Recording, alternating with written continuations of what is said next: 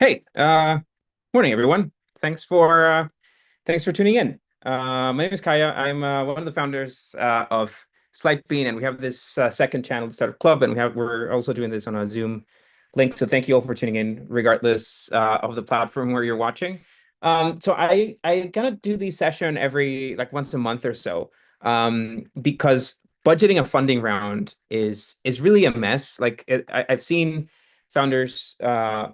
I get to see a lot of pitch decks through what we do at Slidebean, and one of the first half of every pitch deck is always about the product. It's always about what the company's going to do, what the company's going to build, right? So most of us kind of have a big idea about the product. But then the second part of the pitch deck, of any pitch deck, is it's a much more technical part that kind of jumps into how are you going to accomplish this? How much is it going to cost? How are you going to get customers? How big does the company get? And how quickly does that happen? And that's the part where a lot of founders were kind of I don't want to say show their colors, but for a lot of founders kind of reveal that they haven't really thought all of this stuff through. And that's kind of what this session is about, like making sure that you do the second part of the homework before you prepare to pitch investors, which is really finding out how much money you need to raise and making sure that you're on track to do that the right way. So we have a lot to cover. I like to always say that we do a little bit of a circus act in these sessions, which is we actually do let me get the screen right. Sorry. We actually do a financial model, an actual financial model that we build through the session today. So that's what we're going to try to do. So it's gonna be a lot to cover, but I'll try to make it easy. Okay. So the only reason again why we do this is because we've been helping founders prepare for their fundraising for a good amount of years. I think 12 years now since we started Slidebean. And normally when you get something wrong about the financials, it normally gets revealed somewhere like this, right? It's either a matter of your round size being just this arbitrary number.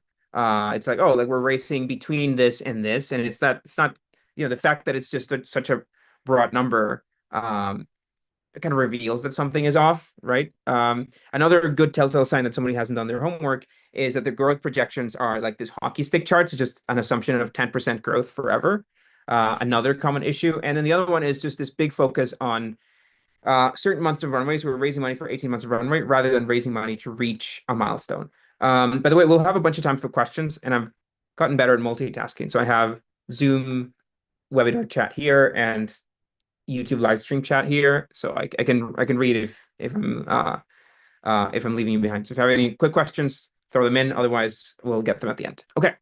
So the solution to all this, you might have been asked by an investor, could be a pro forma template, could be a profit and loss, could be like just asking yourself the question, how much money you need to raise, but really the answer to the question is, comes from a financial model. That's what you do. That's what you build to try and sort this out. So let me show you how an early financial model, let's get our hands dirty and show you how a quick financial model would look like and what it can do.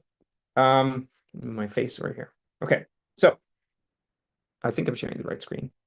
I think I am. I hope. Okay, let's see. Yeah, right screen. Okay, cool. So this is a basic financial model where we're going to use this color coding across everything that we're going to do. So you'll see that we have revenue first as green because it's the color money. Then we have red, cost of goods sold. And by looking at those two numbers, we can start to see kind of like one easy comparison, one easy metric that I think a lot of people get confused about sometimes, which is profit, gross profit, right? Because in theory, if you made $1,000 worth of revenue in a given month, and that revenue cost you $500 to sell, like the products that you sold, that's the server costs and the hosting costs and then the OpenAI API costs and all that, you're going to end up with this, right? Which is your gross profit margin. And gross profit margin should always 100% of the time in any company be positive, right? Because if your gross profit margin is negative, if you're building a product that you sell for $1,000, but it costs you $1,200 to operate, this negative margin, like that should never happen. You can see kind of Amazon and these big tech companies getting away with probably negative margin. No, I don't think they ever had negative margins. No, nobody has negative margins ever. And the reason for that is that you have this other category of expenses, which is selling, general, and admin expenses, right? So this part is really just the cost of the stuff that you sold. But this part here, sales, general, and admin expenses, is everything else, right? So if you have, a team member, I'm going to start, put myself a salary here and call myself the founder of this, and maybe start paying myself in November 2025. And then let me bring someone from Zoom. Let's see. Rosa. I'm gonna be Rosa as my co-founder. And we're gonna pay ourselves the same. Not a great salary if you're in the US, but it's just an example. Yeah, so this expense, our salary, right, makes our net income negative, of course, right? We're paying ourselves and the company isn't making any money. But that has nothing to do with our gross profit, right? Our gross profit should always be positive because what we're selling is more than what it cost us to sell that. So that's an easy way to kind of set them apart. Marketing is never a cost. Cost is just the stuff that you sold. But okay, let's assume that we're building a company. I'm gonna just so I don't have to scroll, I'm gonna start this company, say in February. Let's imagine this is 2026. So we have our salaries. We might be old school and we'll get a WeWork space or an office. So let's add that and we'll budget on $500 for that. That's a cheap office, but okay. So let's scroll for that. And yeah, we can start adding all these expenses, right? The stuff that we need to spend. And as we do that, we'll see here in cash flow how our cash flow starts going into the negative, right? So we're losing money every month. Of course, right? We're spending all this money and we're not making any money in return. So that's what we would raise money for, right? We would want to input, I don't know, 500K. I'm just going to use that as an example. We want to input 500K, not 50, 500. And that's what we would raise as a pre-seed round for this company. And that money will eventually run out, but it'll last for a long time. Let's maybe shrink that to 250. Okay, so eventually, we'll run out of money because we're just spending money every month and not making any money. So the first thing that a financial model is, or the first thing that a financial model should be, is just an assumption of, hey, this is what we're going to spend, and how long would money last if we were to raise this. But the next part is, of course, revenue and costs, right? So let's see here.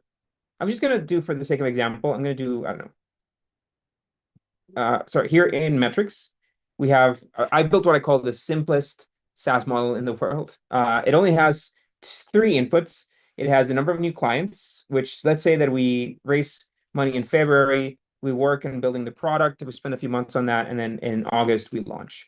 So in August, we launch and we get 50 customers every month. Let's maybe ramp that up to 100. So 100 customers every month is what this company gets. Okay. And then we're going to have a churn rate here. That's an assumption of retention, right? How long does our average customer stay? And then we can set up an MRR, monthly recurring revenue. So we can just say that our product will be $49 a month, right? So notice that by doing that here, I've created this sort of revenue input here. Because the model is estimating that we have this growing set of customers every month. I can take this, for example, and say, well, we're going to have to spend some server costs. I'm going to multiply it by 10%. So revenue times 10%. That's what our costs are going to be, right? So we're going to assume that little take of costs, just the servers and whatnot. And then what the model is telling us is that if we raise 250, we'll start spending money, and then by July or so we'll launch, and then after that we'll start making money, and this thing will grow. And we don't actually need 250 because we're left with 192 in the bank. So we can actually say, well, if we only raise like 75,000, that's enough, right? Because we get to like 17 here, and then after that we are profitable, right? Our revenue is larger than our expenses here. We became profitable, and we just make money and grow. So we don't need to raise that much money. We only need 75, assuming that this set of assumptions, right? The fact that we get 100 customers every month is correct. But if that's right, and we're confident that that's the case, why not, right? That's our way to win, right? So there's something really wrong with this math, and you're probably suspicious as to why. Like, why can this company be successful so quickly? But I'll give you guys a chance to answer. What did I do wrong in this quick financial model that I made? What assumption that I made doesn't make a lot of sense here? I mean, the salaries were small. depending on where you are in the world, but that was kind of okay. So what assumption, why is this model trash? What do you guys think? Let's see on YouTube or on Zoom. Nobody wants to take it. Any ideas? What's wrong? I'll take a sip of coffee in the meantime. Okay, no takers. That's fair. Okay. The reason why this is wrong is because there you go. I see one. You mentioned that marketing is not considered part of cost. However, our business that's a question.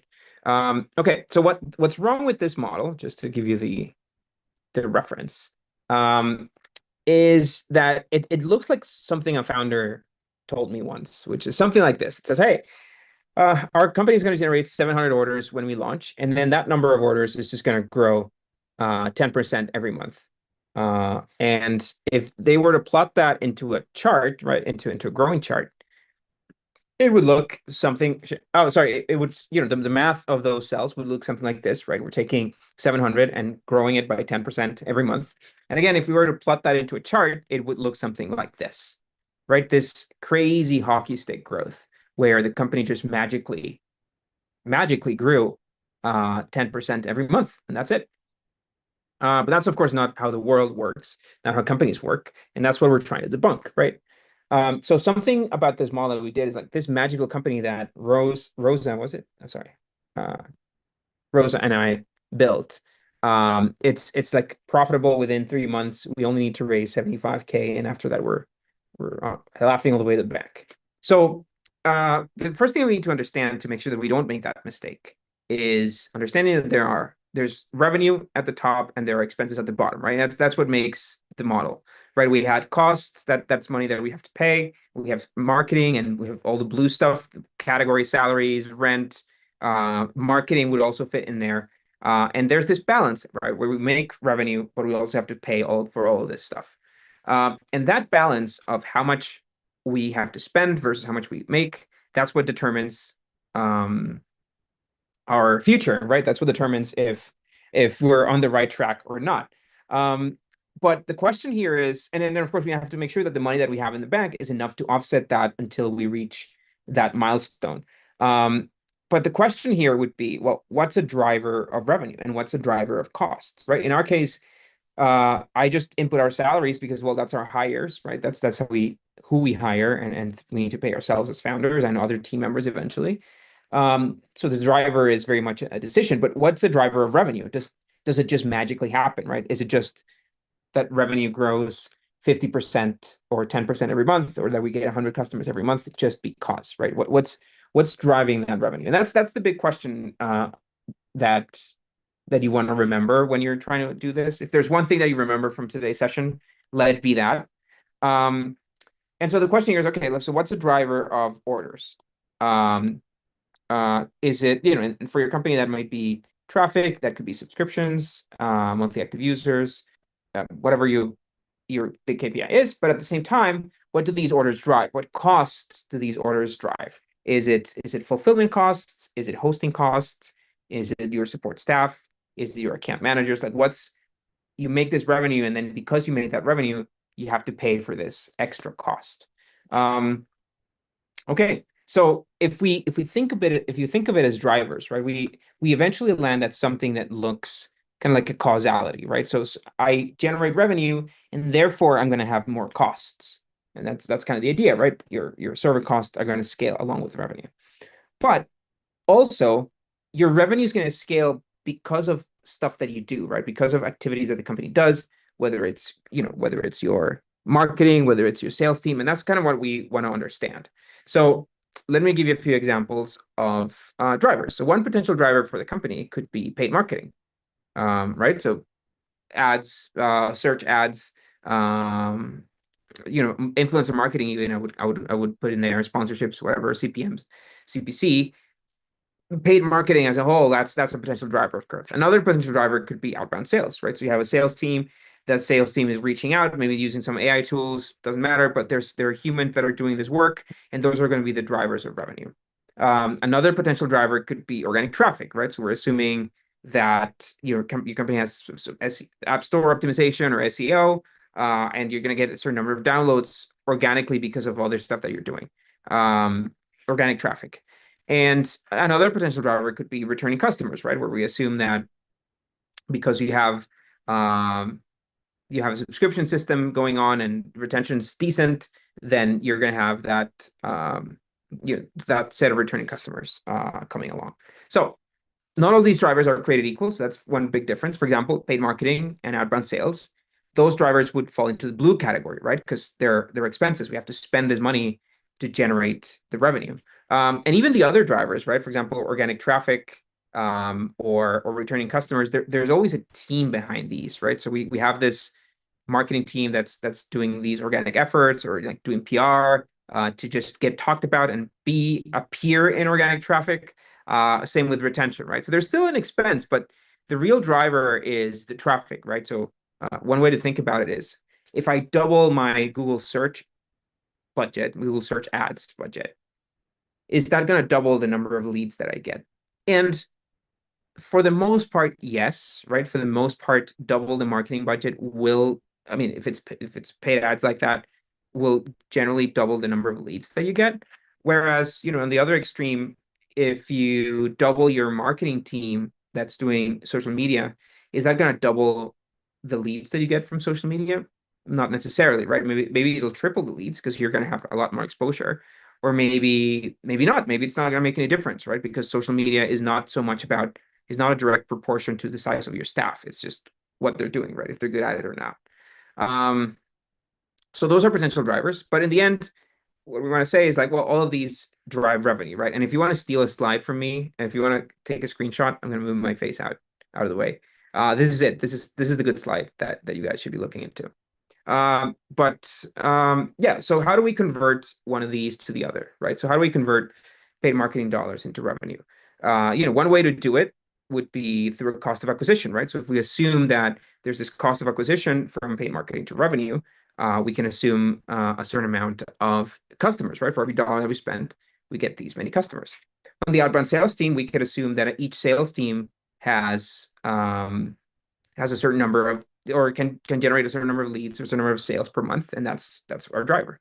Another way to convert organic traffic would be through our web conversion rate, right? So we calculate how many organic visitors our website gets, and we check how many of them become a lead. We can find that KPI, and we can also find references of what that KPI is. A good landing page will convert at maybe I don't know, maybe 10, 15, 20%. Michael, by the way, asks the question, like, you didn't consider the cost of sales? Not for the cost, right? So the cost of the sale would fall under a blue category, not under cost of goods sold, right? To give you that example, if you have a big sales team that you're expanding in revenue, that should not affect your gross profit margin. It should affect your net company margin, but not your gross profit margin. And then returning customers, how do we track that? How do we connect the set of returning customers every month to revenue, through a churn rate or through a retention rate? That would be a way. So we connect. In the end, we're kind of building a bit of a flow chart, if you think about it. And that's kind of what I want to show, right? Now that we have some color coding established, we've been using it for 20 minutes, we've been talking. We can use that, and we can use these connections to start to create what we call financial model maps. So for example, we established that revenue is red, cost of goods sold. Sorry, revenue is green, cost of goods sold red, sales and expenses blue, and capital expenditures, which we rarely use, at least for these examples, is yellow. Okay, so let me give you an example. So how would an e-commerce company look like, right? How would we map the performance of an e-commerce? We have, let me show here. So we have two drivers for this potential e-commerce. We have paid marketing and we have organic traffic. And notice that there's this blue arrow, just to remind ourselves that that's the driver, right? That's what's going to drive our revenue and our growth. And then we are converting paid marketing dollars into orders from paid marketing through this cost of acquisition, right? So we say that for every $10 that we spend, we'll get somebody to buy. And we can use that number to forecast. Or on the organic traffic side, we could say that our website conversion rate is 10%, right? So for every 100 visitors, 10 of them become a lead, or sorry, 10 of them make a purchase. That'd be a really good conversion rate. And then that leads us to our total number of orders, right? We have orders from paid marketing, orders from organic traffic, and they're all bundled together. Next up, we have, from those new orders, we can start to drive some boxes from here. So we can say that new orders will drive order revenue based on a revenue per order. And there's going to be a markup. And if we do the inverse of the markup, we'll be able to determine an estimate of how much our cost of sales are going to be, cost of goods. Not cost of sales, sorry, cost of goods. And then from new orders, we can also say that for every order that we get, we're going to have to ship, right? So we can say, well, that for every order that we generate, we'll need to pay, I don't know, $5 worth of shipping plus $1 for the box, right? And that essentially gives us this flow chart where if I go here and say, well, what if I double my marketing spend this month? What if I spend triple the marketing dollars versus the month before? Well, here's what's going to happen. We're probably going to have triple as many orders from paid marketing, which means you're going to have triple the revenue, but also triple the costs and triple the shipping and handling. And how much money is that? Well, that's what the spreadsheet does. But notice that most of the operations that I'm doing here are simple, right? We're just dividing our paid marketing budget by our cost of acquisition to get the number of orders, or multiplying our traffic by a conversion rate to get our orders from organic traffic, right? So there's this simple math that goes between one box and the other. It's not rocket science by any means, but if we can structure it correctly, if we can structure our business into a map like this, that's kind of what we need to do. So another example would be self-service sales. Sorry, a SaaS, a software as a service that operates self-service, kind of like, I don't know, Google Drive, if you pay for Google Drive or Google Drive storage. It's completely self-service. There's no salesperson that you ever talk to about this product, right? So, and there is a free trial, right? So if you have those characteristics, we can say, for example, well, we do paid marketing as a driver, ads, we get ads from Google. Organic traffic, again, we convert those to signups and a cost per signup or a conversion rate, and that gives us our free trials, right? And those are people that use the product for free. There's probably a cost to these people. There should be a red box here even. But what really matters to the company is some of these free users, some of these free loaders are going to convert, right? We're going to be able to convert them at a certain conversion rate into customers. And for every customer, we'll make a certain amount of revenue and we'll have a certain hosting cost. And that's kind of like a correlation, right? So in theory, if you go and double your traffic or double your marketing spend, you should double this top line here. And that's more or less the way things work until you reach that ceiling of where the numbers no longer scale. But understanding there's this cause and effect to revenue, one driving the other. That's what we're looking for. So let's build one out. Let's actually build one out from an example. So I have a couple of let me get the right screen. Sorry, I think it's this one. Yeah. So we're gonna share the link to this template. This is a platform called Miro. It's kind of like a flow charting platform. I'm a big fan of. Let me close this and bring my face here. So yeah, and what we've done here is we've built a couple of kind of like building blocks, right? So these boxes that I've been using, we've kind of built a set of these boxes that you can use to kind of connect them together. But also we have a few templates of how different business models would look like. For example, a mobile app. So let me walk you through how a mobile app would work. Just like before, you have paid marketing and organic traffic, and that leads us to downloads, right? So that's the total number of downloads. And then those downloads have a conversion rate to what we call an active user, somebody that's actually using your platform on a regular basis. And then for every active user, you have hosting costs, right? You'll need to pay for their servers and their stuff, the stuff that they use from the platform.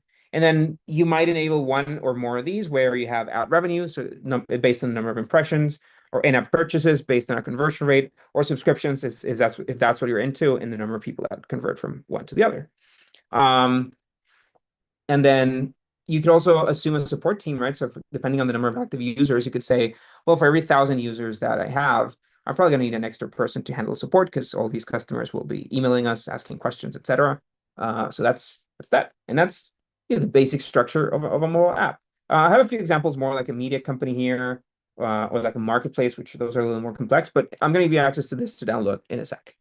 But now that we have the basis of this, let's do a better job at trying to make a model, not with the shitty model that we used before, but with a good spreadsheet. Let me actually share the link so you guys can download this while we work on it. Yeah, sorry. So yeah, so what we're looking for as we're going to build this is avoiding these pitfalls, right? We're going to avoid that the round size is an arbitrary number. We're going to try to find out how much money we actually need to raise. We're not going to make 10% growth projections. We're going to make good assumptions as to how the growth is going to come. And then we want to make sure that we're forecasting enough money to reach the next fundable milestone. And that, again, let's just remind ourselves to do that as we're building this budget. And this is a link where you can download the sheet. My team's going to paste it over in the chat and in the chats, and so you guys can grab a link or just snatch the QR code, because that's what YouTube is into these days. Okay, link ready. Let's move back to the sheet. Okay, so yeah, so this is kind of like our standard model. It's free, by the way, so no worries about that. So when you access it, you're going to access it from your Slidebean account. You're going to get, you're going to get a copy of this. And notice that here we have this monthly sheet, just like we did before. We have revenue and we have cost, and we have actually some placeholder values here waiting for us. But what's more important is that notice that these numbers are black, right? So these are black numbers, some blue numbers here. So what that means is any number in a financial model, and this is a standard, I didn't make it up. Any number in a financial model that's black means that it's the result of a formula, right? What means that we're calculating that number somewhere else, and you're not supposed to change it unless you want to override a formula, which normally you wouldn't want to. Blue numbers are inputs, right? Blue numbers are inviting us to come in and assume a value, right? So let's say that this company is assuming that it started with $500. So I'm going to zero that out. Notice that if I zero that out, now, because of everything the model is doing is assuming that we're actually short a little bit of money. We're running out of money by $300 in October. Now, a lot of the work that you're going to do is going to come from this assumptions sheet. So the assumptions sheet, think of it as a dashboard, right? This is a dashboard of everything that you want to input, everything that you want to adjust, and you want to keep it in one place. Now, the model does come with a couple of templates. We can disable this, right? And that'll disable our revenue. But it comes with a SaaS model and an e-commerce model, kind of like the ones I walk you through. And notice that there's no, there isn't any like weird exponential assumptions here. We're assuming organic traffic. We're assuming that traffic grows. We're then assuming our paid acquisition budget, customer acquisition, and then we increase that marketing budget every month. We have to assume, right? We have to think of what a cost of acquisition looks like, then a conversion rate to paid, and so on. So I'm going to get to those numbers in a second. We're going to make some realistic assumptions. We have costs here. So for server infrastructure costs, notice that this will link us to the right sheet, right? So that's where we can input those values. And same with the blue stuff, right? The blue expenses, staff, and other expenses, equipment. So let me kind of walk you through a few exercises that we could do if we were budgeting, right? Let's be more realistic now. I'm going to assume that we're going to, raising money takes months, right? So I'm actually going to change the date of this model. I'm going to move it to 2026, right? Because it's almost the end of the year right now. And here we're going to assume that our launch is going to be, let's say we're targeting July to launch, July next year. So we're 9 months out from our launch. If we go to the monthly sheet here, we can say, like, when are we going to close our funding? When are we going to get money in? Now, raising money tends to take about 6 months. If you're trying to raise money now, today in November, there's a good chance you wouldn't close that round until April, right? Because November is off after Thanksgiving. December is like a weird month, and you have the holidays. So realistically, you need maybe 6 months from today, maybe 7 months. Let's be conservative and assume May. So we'll say that in May we'll close our pre-seed, right? And you can use this line here called milestones to handle that. And then after we raise that money, we'll kind of ramp up our team, start building faster. We'll probably build a little bit of stuff kind of on our spare time between now and then. But then we'll actually launch, let's say in September, right? So a year from now, maybe sooner. We have some AI to code now. So let's keep that to July launch. Okay, so we've added that. Now, these are milestones, but notice that these are kind of copied here at the top of every sheet. Even here in revenue, we have pre-seed and launch, and kind of to remind ourselves where we are. And here in assumptions, one thing we could do is also enable these team members. So we're going to enable I'm going to enable myself. I'm just going to be CTO, and I'm going to have Rosa be the CEO. So we're going to enable these roles. We're going to enable the founding team, 2 people. And then when are they going to, and then we'll set the salary, maybe something like 80. And then when are we going to pay ourselves the salary? Well, that's going to be not until we close our pre-seed, right? I noticed that those milestones that I added earlier kind of become, sorry, let me move this a little bit. Those milestones that I added earlier kind of become drop-down options here, right? So if I do pre-seed close, we'll have both Rosa and Caya starting with that salary in that. And then if we go to the SG&A sheet specifically, notice how the salary starts here, right? So here's our salaries, here's our 2 headcount, and then we'll launch a few months later. Okay, what else can we do? We can add more staff even. We can come in here and say, well, we'll have somebody else. We'll have maybe extra engineers, right? So let's do a team of developers. Let's do that as a team. They're also going to be hired when we close our pre-seed, and we're going to pay them same as ourselves. And then we're going to hire 1 senior developer, say every month until we reach 10, right? So it's like this as we ramp up this team to build on the product. And then we can also have a marketing team, right? So we'll have senior marketing people here. It's a scaling team. We'll have them start somewhere like when we launch, right? So that's when we, or we can even do like an extra milestone here and say pre-launch, right? So we have this month here before we launch. And that's when we hire this team, or that's when we start paying them, or when we hire them, I guess. So we'll set them to pre-launch and no end date. And then we'll have, 2 people to start. And then every quarter we'll add a couple more people. And then we'll make that a team of 6, right? So if we go to SG&A, notice that this is a bit of a dashboard, right? So if we go to SG&A, you'll see that team scaling right here. So headcount and their payroll costs obviously scale along with them. So we've kind of built this little dashboard thing where you don't have to kind of assume 1 person every month, and just like by using these drop downs, you can kind of forecast where your revenue is headed. I don't know, your expenses are headed. Okay, we have team. We can also knit little trick here. We can also add equipment, right? So we could say, oh, we're gonna budget a laptop for each one of them. And I don't know, how much is MacBook these days? 1,500, and we'll assume that we'll have to buy a new computer, right? That's an expense too, right? We'll need to cover that cost.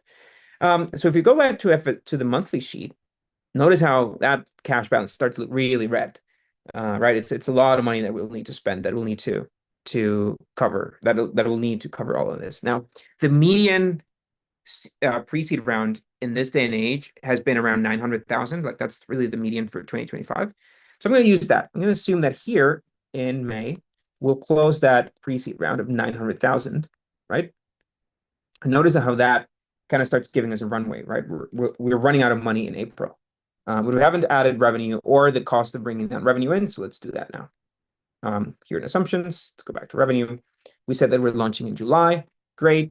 So how does this launch look right now? What realistic assumptions can we come up with? We have this team that we created, right? We have this team that we hired 1 month before launch, right? So they might be able to do some campaigns, some prep, and maybe by the time we launch, we might be able to get maybe 5,000 visits a month. Yeah, maybe. Maybe 5,000 visits a month. And then let's assume that those visits are going to grow, organic visitors to our website, to our landing page. Yeah, maybe we'll have them grow. Yeah, 10% is fine. Then traffic to sign, right? We have to convert visitors to our website into traffic. If we are pointing them to the landing page, we could assume 15%. That would be a fair conversion rate. Maybe we want to be a bit conservative and maybe move it to 12 as we improve those landing pages and so on. Paid marketing, that's next, right? So how does our budget start? We've raised $900,000, right? We're here and we need to ramp up. We need to grow quickly. That's the name of the game in startup. So we're probably going to start with a much more aggressive budget, maybe 20,000. Really aggressively spending to grow the product. And we're going to grow that budget by 10%. So every month we'll add $2,000 extra dollars. That makes sense. And then the expected cost of acquisition per sign up, that's standard would be Mm, 20 in this day and age, $20 per sign up. I'd say that's fair. And then how many of those signups convert to paid?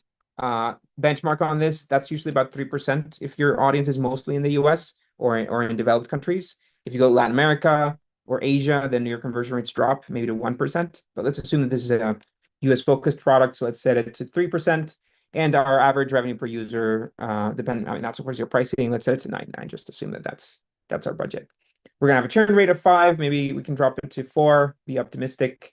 And then the costs, right? Our hosting costs per active user. I'd say that it's about $3 per active user just on the server cost and whatnot. And credit card processing is here too, right? So if we add that, notice that if you go to costs, we have those costs, the hosting costs and the credit card processing. They're all being accounted for. So what did this do for us? What did this model do? Notice that we are running out of money. The company is running out of money, but that's not necessarily bad. We can potentially raise more money for this business. We're way in the negative. Our burn rate gets to like $100,000 a month, which is a lot, but not completely crazy. I've seen, it's fair. Companies sometimes have to go through this burn rate, but what's important is we have to make sure that the money that we raise is enough to reach our next fundable milestone, right? So our next fundable milestone would be a seed round, right? We raise the pre-seed and then we raise a seed. And how long does it take us to raise this seed? Well, notice that, seed round in this day and age, ideally this company should have somewhere in the $30,000-$40,000 in monthly revenue. I want to say 40 just to keep it safe. So basically here, if this goes as we were planning, right? If this happens as we planned it, as we just forecasted, we should be able to hit seed metrics kind of like here, right? So $40,000 in seed metric in revenue from our SaaS product. That'd be fair. And then raising the seed round would take about 6 months. So 1, 2, 3, 4, 5, 6 seed close. This is when we get money again, right? And this, a median seed round in this day and age is like 3 million. So we can raise it here. But notice what's happening. We're actually short of money. And we're short by a lot. We're short by $300,000. So this business is running out of money before it can hit the next milestone. And that's kind of that's really what these financial models should be about. It's about making sure that whatever we're forecasting makes sense. And right now, our forecast does not make sense because our business runs out of money before we can raise the next round. We can get to the metrics. We're growing and it's exciting, but we're short 300,000. And that's where this game begins of going back and forth and adjusting these assumptions. And that's why it's really important that founders do this, that you don't hire this out, like the inputting of the values. Our team can help with building models, and we do that a lot, but we never input values for the customers. Why? Because first, we don't understand the dynamics of your business, your growth strategies, your marketing strategies. It's not our expertise, it's your own business, but also because we need to force founders to do this themselves and say, oh, whoa, I'm short of money. What can I do to hit this milestone? One thing we could try is just to be more aggressive with our marketing spend, right? So instead of starting at 20, starting at 25, and then growing that budget by 12 instead of 10. Let's see what that does. That doesn't help, right? I mean, it gets us, it actually costs us more, right? We're still growing. We're probably growing faster, but it cost us more. So it didn't help. So let's try the opposite, right? Let's maybe try a more humble budget, 10 a month, and just scale it by 10%. Still, right? We're still short. So it's probably not in the paid marketing. It doesn't matter the speed. We just need to buy ourselves more time to get this. We just need more time. So what can we do? Well, we could also cut our staff, right? On our salaries. We said 2 senior marketing people and 1 developer a month. We probably have to cut that. Let's do 1 every quarter. So smaller dev team. I don't think we can pay them much less than this, but maybe we can probably compensate this with equity, pay them less, and on the cap table, we can assume amount of equity. The model includes a cap table, which I'm not going to get into today, but you can use that. And also ourselves as founders, right? We can drop our salaries a little bit and maybe give the company a little bit more runway. We can buy cheaper laptops even, right? And that's kind of like the idea, right? It's, well, can we make small adjustments so that we don't run out of money? And that's the game. Like, notice that by making a few tweaks, a few changes, reducing our staff and the speed at which we hire, we are no longer running out of money. We have a buffer of around $200,000, which is great, which means that if seed metrics are late, right, if this is delayed a little bit, and we only start, something doesn't grow as fast, we still have a little bit of money in the bank as a cushion, right? And that's why these assumptions can't be crazy great, because you also have to account for the fact that if you're wrong about these assumptions, you might not have enough money to make it to the next milestone. So that's it. That's how you do financial modeling. Let me give you the link to the sheet again. That's just a quick example of back and forth. Hopefully it wasn't going too fast. Oh shit, can't do a screenshot like that. There you go. Just a couple. I have some room and some time for questions, but just a couple of announcements before that. We have a full-on boot camp that we've created, that we've developed around this stuff. It's just 99 bucks. It's like a 5-hour pre-recorded boot camp with a much longer version of everything I've done here, actually building a model from scratch. And then we have a system called Fractional CFO, where our team actually jumps in and helps you guys build a model, and builds it for you, really, the functionality, so that you can come in and bring in your values and your assumptions. And that is it. Now we can jump to questions, if there are any. Let me see if I got the right screen sharing situation. I got it. Yeah. So I saw your question, anonymous attendee. So let's see. So you mentioned that marketing is not considered part of COGS. However, our business develops free-to-play mobile games, and our main cost of acquisition is primarily marketing. Where should I include these costs in the financial model? By all means, marketing is a selling, general, and admin expenses, even if it's a free platform. It's not a cost. Your costs are your hosting costs, the cost of running the platform every day. Yeah, not your marketing expenses are never costs. Any other questions, guys? Don't be shy. No questions? Okay. Any discounts on the template? This template is free. The one I've been using, the one I showed you, is free. So you can just sign up for Slidebean and get it for free. Google Sheets. It's built on Google Sheets, but it lives in our platform. So I mean, the SaaS model and the e-commerce model I've just been using, they're free with any Slidebean account.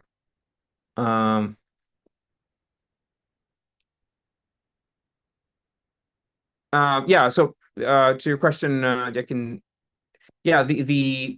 standard template includes the SaaS and e-commerce. We had built some other models in the past, like a marketplace model and so on. They're outdated in the sense that we haven't kind of adopted them to our new system, where it's much more readable and so on. We don't think we will, mostly because marketplaces, they're all so different, like one marketplace to the other. We had tried to templatize a marketplace, but we weren't able to. Yeah, I mean, the template, as you can see, you can let me share the screen again to answer your question too, Jay Boxon. Sorry, let me share the screen again. Yeah. So notice that the template has this revenue line, the one I worked on, right? The SaaS. But you can just disable this if your business doesn't apply to any of these templates. You can just disable this, and the model will hide it. It won't do anything. And if you go to the revenue sheet, notice that we have the template here. It's now disabled, but you can use all these other revenue lines, right? If you have a marketplace, you can use this revenue line. We left some space, so you can run your own math. You can run your own forecasts here and make your own assumptions and plug it. And it just, as you plug revenue to this line here, to the total, that's going to plug it into your total here, and it's going to plug it into your main sheet, right? So the model includes kind of like 3 extra spaces, if you will, for other revenue lines that we might not have accounted for. Of course, again, the fact that marketplaces are very different one from the other means that we can't add like a marketplace template here, because we tried, and that's kind of the point. We tried, and it got so confusing because we had so many options and variables that nobody understood it. It was really hard to maintain. So now we'd rather give founders the tools so they can build those templates themselves. That's why we have the model maps now. Here in the sheet, you'll find, am I still screen sharing? Yeah. Here in the sheet, you'll find model map page. where you can get the link to the mirror board and you can kind of go from there to build your own formulas.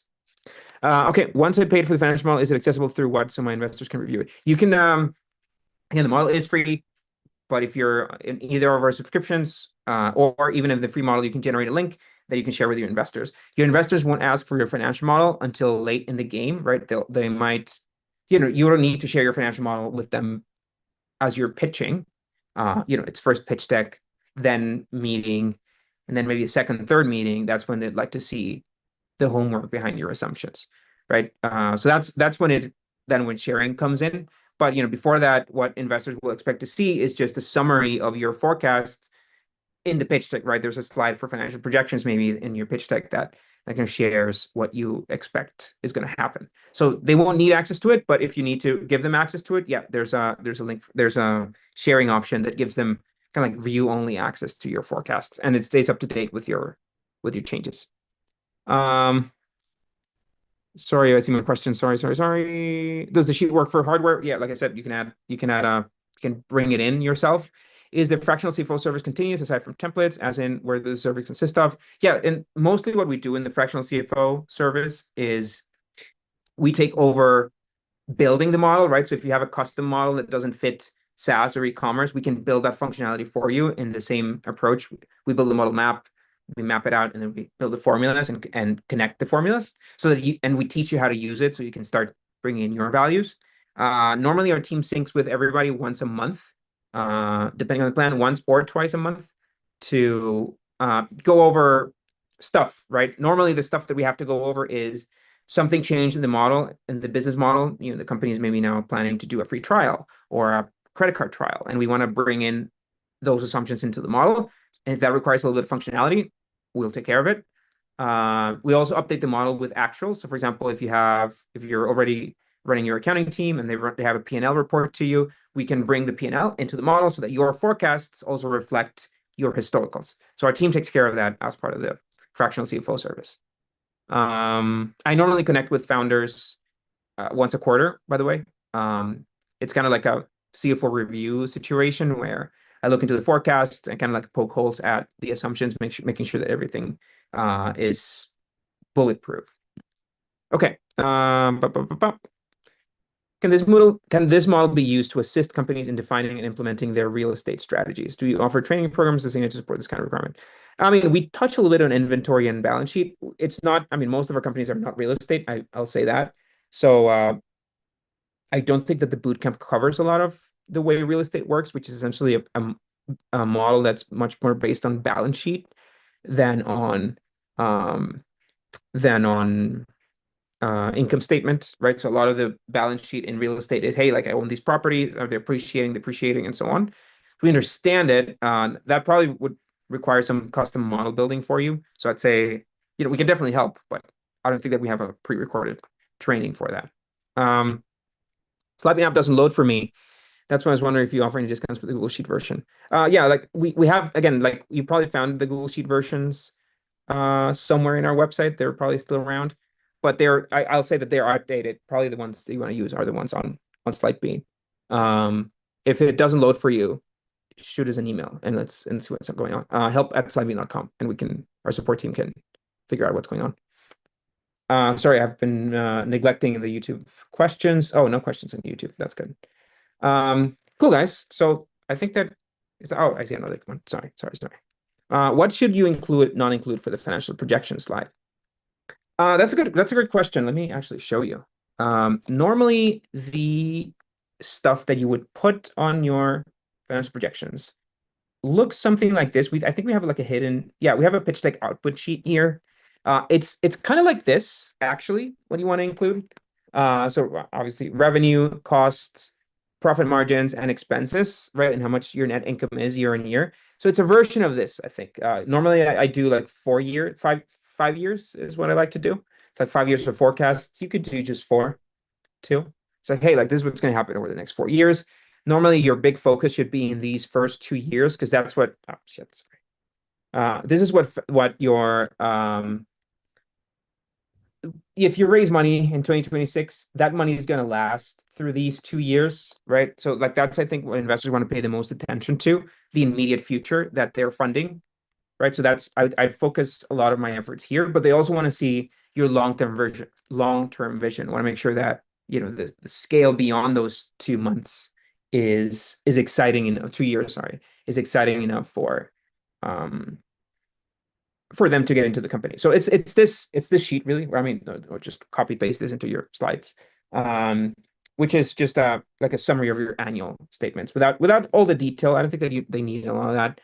Um, so this to me is like a proper pitch deck slide. I don't see the pitch deck output slide. So it's hidden, yeah. So you want to hit on the little, if you can't find it, you want to hit the little hamburger menu down here to go to all sheets, and you can find pitch deck output. Should be on all of our models. Recording, it's going to be live on YouTube if you want to. I mean, it was live. It's been live on YouTube on our Startup Club channel, so you can watch the recording there. Yeah, we keep it. We'll usually keep it for a couple weeks. All right. Sounds like we've covered all the questions. Looks like it. Yeah. All right. Cool, guys. So again, thanks a lot for tuning in. Thanks for listening. Hope that this is useful. Hope that either the bootcamp or my team can be useful with the spreadsheets and with the building and with the forecasting. Good luck with your fundraise. Good luck with your budgeting. A lot of kind of trial and error with getting the numbers right. A lot of what if scenarios. But that's what's really important as you guys approach funding. Have a good one, guys. Bye.